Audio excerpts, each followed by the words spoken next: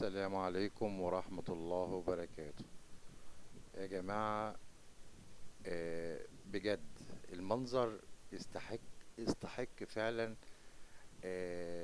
الإعجاب. أنا مستغرب جدا رغم ان انا شفت كتير، بس ما شفتش منظر بالطريقة دي. فقمة براس بقرة، وفعلا راس بقرة بجد، مفيش فيها غلطة، وهي فقمة بحرية.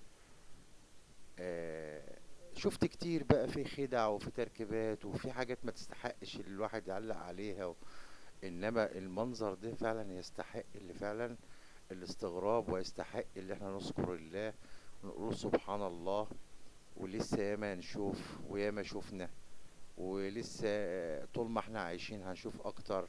بشكركم يا متابعيني، يا احبابي، يا اخواتي، كل مكان. واستودعكم الله الذي لا تضيع ودائعه، والسلام عليكم ورحمة الله وبركاته.